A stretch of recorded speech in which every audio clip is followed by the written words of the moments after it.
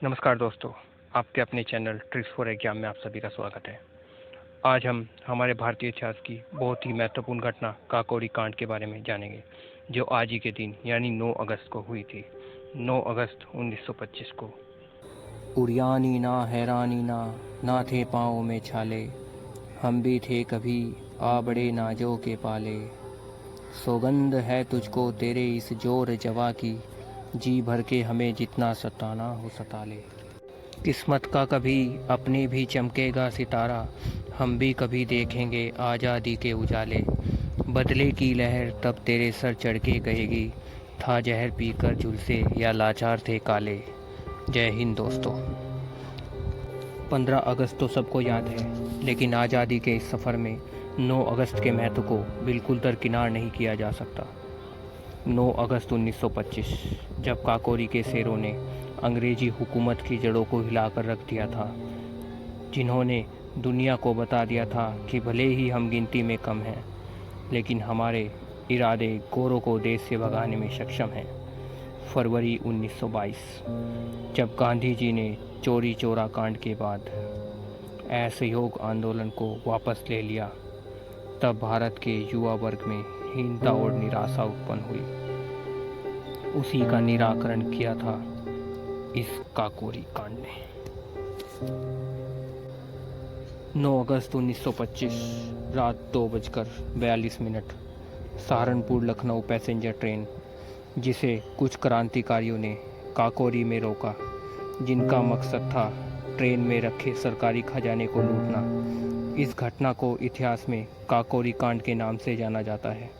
इस घटना को अंजाम देने वाले सभी 10 क्रांतिकारी हिंदुस्तानी रिपब्लिक एसोसिएशन HRA के सदस्य थे, जिनमें शाहजहाँपुर से राम प्रसाद बिस्मिल्ला, अशफाक उल्ला खां, मुरारी शर्मा, बनवारी लाल, बंगाल से राजेंद्र लहरी, सचेंद्र नाथ बख्शी, केशव चक्रवर्ती, बनारस से चंद्रशेखर आज़ाद, मनमथ नाथ गुप्त और रिया से मुकुंदी लाल शामिल थे।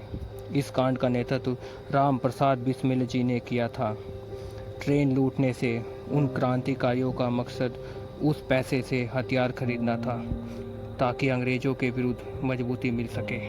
शुरुआती दिनों में ये क्रांतिकारी अमीरों के यहाँ डकैती डालते थे, लेकिन जब इन्हें लगा इससे लोगों पर गलत संदेश जा रहा है, तब इन सब ने सरकारी खजाने को लूटने का विचार बनाया।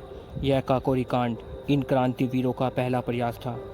इस घटना के बाद पूरे देश में बड़े स्तर पर गिरफ्तारी शुरू हुई। 40 से ज़्यादा लोगों को गिरफ्तार किया गया। मुकदमे चले। इन मुकदमों में प्रत्येक अभियुक्त को सरकार की तरफ से एक वकील दिया गया, जो उनका मुकदमा लड़ता था, लेकिन राम प्रसाद बिस्मिल जी ने ऐसा कोई वकील लेने से साफ साफ इनकार कर दिया। कोर्ट में उन्होंने अपना पक्ष स्वयं रखा। जब बिस्मिल ने कोर्ट के सामने धारा प्रवाह अंग्रेजी में बहस की, तो प्रतिद्वंदी वकील हड़बड़ा गया। इस पर चीफ जस्टिस लुइस सॉर्स ने बिस्मिल से पूछना पड़ा, from which university you have taken the degree of law.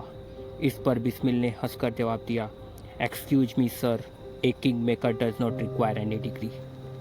10 महीने तक लखनऊ की अदालत में मुकदमा चलने के बाद फैसला आया। राम प्रसाद बिस्मिल, अशफाक उल्ला खां, ठाकुर रोशन सिंह और राजेंद्र लहरी को फांसी की सज़ा सुनाई गई। सचेंद्र नाथ सान्याल को काले पानी की और वहाँ के क्रांतिकारियों को 10-10, 5-5 साल की सजाएं हुई। मैं आपको यह बता दूं, ठाकुर रोशन सिंह, जो इस काकोरी कांड में शामिल नहीं थे, उन्हें भी फांसी की सज़ा सुनाई गई। पता है क्यों? क्योंकि पहले तो उन पर राष्ट्रद्रोह का मुकदमा चलाकर उन्हें 5 साल की सज़ा सुनाई गई थी, पर जब उन्होंने सचिंद्र नाथ सान्याल से पूछा कि मुझे कितने साल की सज़ा हुई है, तो उन्हें जवाब मिला 5 साल। यह सुनते ही उन्होंने गुस्से से जूता निकाला और गोरे के मुंह पर दिया। इसके बाद उन पर फिर से मुकदमा चला और फैसला आया फांसी का। फैसला सुनते ही ठाकुर रोशन सिंह ने जो कहा वो एक सच्चा क्रांतिकारी ही कह सकता है।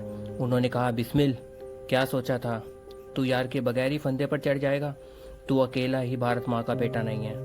अब देख, ठाकुर भी तेरे साथ आएगा। इस पर पूरी जांच के दौरान अंग्रेजी सरकार चंद्रशेखर आज़ाद को पकड़ने में नाकाम रही। इस पूरे मामले को कोर्ट में आज़ाद जी ने बैठकर देखा, लेकिन उन्हें कोई पहचान नहीं सका।